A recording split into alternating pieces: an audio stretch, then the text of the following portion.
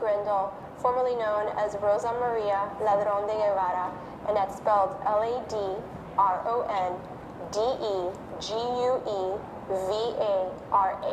And I'm going to talk about Generation Ñ, which came around the same time as Generation X. Generation Ñ was about families that brought their children to the United States from other Hispanic countries to move away from different regimes. Mine in particular came from Cuba to move away from the Castro regime and the oppression that was occurring during the mid to late 1960s. You know, one of the big things with the Generation Ñ was that parents didn't trust, or Hispanic parents didn't trust their children going to daycares. Therefore, the grandparents stayed at home and took care of the children. I was very fortunate. My grandparents actually did take care of me and took care of my cousins, which in total we turned out to be 11. So I grew up with my cousins, knowing them as my brothers and my sisters. What that meant for us, though, is that when we went to school, we didn't know English. We knew Fred Flintstone, Tom and Jerry, Woody Woodpecker was good, but we did not know how to fluently speak with other kids in the classroom in English. So many of us experienced having to participate in ESOL classes, and for those who don't know, that's English as a second language, throughout the school years to get to that part where we could participate in the academics that the English classrooms gave us. Generation X probably didn't go through that, and that they all spoke English, and we kind of had to catch up. We went through a lot of different cultural experiences through that. We spoke Spanish more than we spoke English. We only spoke Spanish in the home, then went to school, spoke English. There were times that I remembered in first and second grade thinking, I'm speaking English. Oh my God, I'm not speaking Spanish. I'm writing in English. Oh my God, I actually had to physically think through these different things where other people probably just flowed.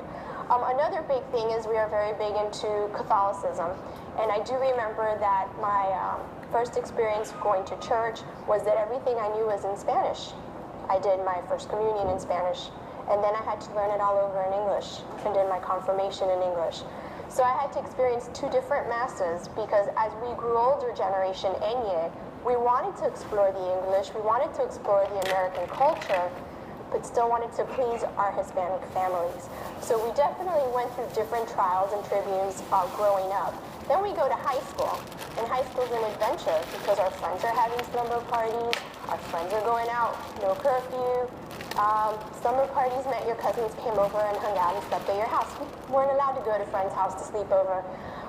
Curfews where you were going out with your parents as your chaperones. It became very difficult and very challenging, and then you hit 18, and you're thrown with, do you stay home? Because in a Hispanic family, you stay home until you get married. You can go to college down the street, but you don't really explore leaving the family, living in a different location away from home. When it came time for me to go to college, this is when I decided it was time to explore and move some barriers. At that point, I decided to not just move across the street from my parents, but to actually move away from Miami to Tampa, and made the choice to go to the University of South Florida. Still today, my father comes to me and says, you didn't ask for permission to leave home, and he genuinely means it. He is still very upset with me for not staying and living inside the home till I got married. Other things that did occur is that I didn't get married at the age of 19, which was very common in our family, versus I waited to get my master's degree and then married at the age of 28. Many barriers were broken, but still deep down inside, Generation Ñ lives through me and through many others that experienced that culture where we weren't American Caucasian, but we weren't Cubans born in another country.